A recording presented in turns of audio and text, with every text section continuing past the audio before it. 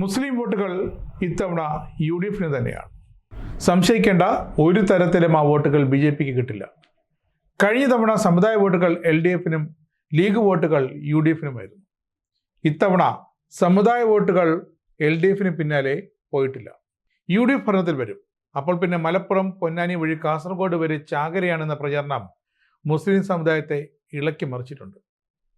മുസ്ലിം സംഘടനകളും ഏറെ ആഹ്ലാദത്തിലാണ് കോൺഗ്രസിൻ്റെ സർക്കാർ വരുന്നു എന്ന് കേട്ടപ്പോൾ. കാരണം നേട്ടം അവർക്ക് മാത്രമാണ്. അതവിടെ നിൽക്കട്ടെ. PC ജോർജും ഷോൺ ജോർജും പോളിംഗിന് ശേഷം ക്രൈസ്തവ സഭകൾക്കെതിരെ ആഞ്ഞടിച്ചത് വെറുതെയല്ല എന്ന് ഇപ്പോൾ പറയുന്നത് എക്സിറ്റ് പോളുകളാണ്.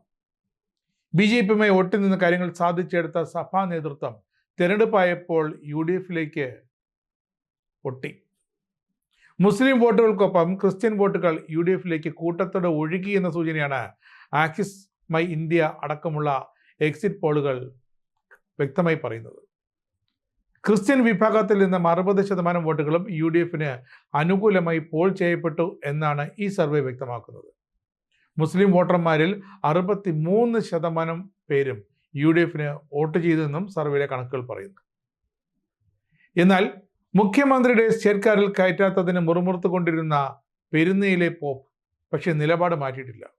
കടുത്ത BJP വിരോധി എന്ന് പലതവണ തെളിയിച്ച NSS നേതൃത്വവും പോപ്പും നിലപാടിൽ ഉറച്ചു നിന്നു. നായർ വോട്ടുകളിൽ ഇത്തവണ ഭൂരിഭാഗവും LDFനാണ് കിട്ടിയതെന്നാണ് ആക്സിസ് മൈ ഇന്ത്യയുടെ എക്സിറ്റ് പോൾ സർവേ സൂചിപ്പിക്കുന്നത്. അത് ശരിയാണോ അല്ലയോ എന്നത് പിന്നത്തെ കാര്യം. LDFന് 34%, UDFന് 31%, NDAയെ 28% നായർ വോട്ടർമാർ പിന്തുണച്ചു എന്നാണ് ആ കണക്കുകൾ. പട്ടികജാതി വിഭാഗങ്ങളിൽ 57% LDFനൊപ്പം നിന്നപ്പോൾ 33% പിന്തുണ UDFനുമുണ്ട്.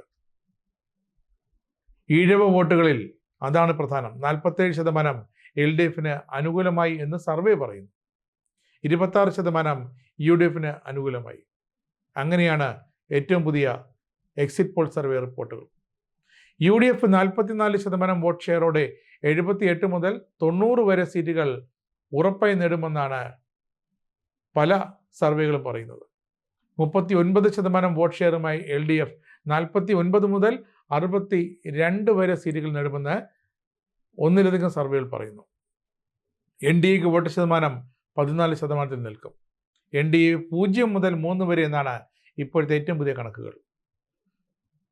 മറ്റുള്ളവർ അതേഴ്സ് 3% വോട്ടുകൾ കരസ്ഥമാക്കുമെന്നും ചില സർവേകൾ വ്യക്തമായി അടിവരയിട്ട് പറയുന്നുണ്ട്.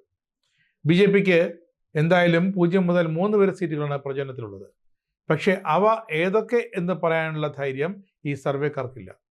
ഇനി ഇത് നേമമാണോ, കഴക്കൂട്ടമാണോ, വട്ടിയൂർക്കാവാണോ, അതോ ചാത്തന്നൂരോ, പാലക്കാടോ, മഞ്ചേശ്വരമോ, കാസർഗോഡോ, തൃശ്ശൂരോ, ഏത് മണ്ഡലങ്ങളാണ് അത് വ്യക്തമായി പറയുന്നില്ല.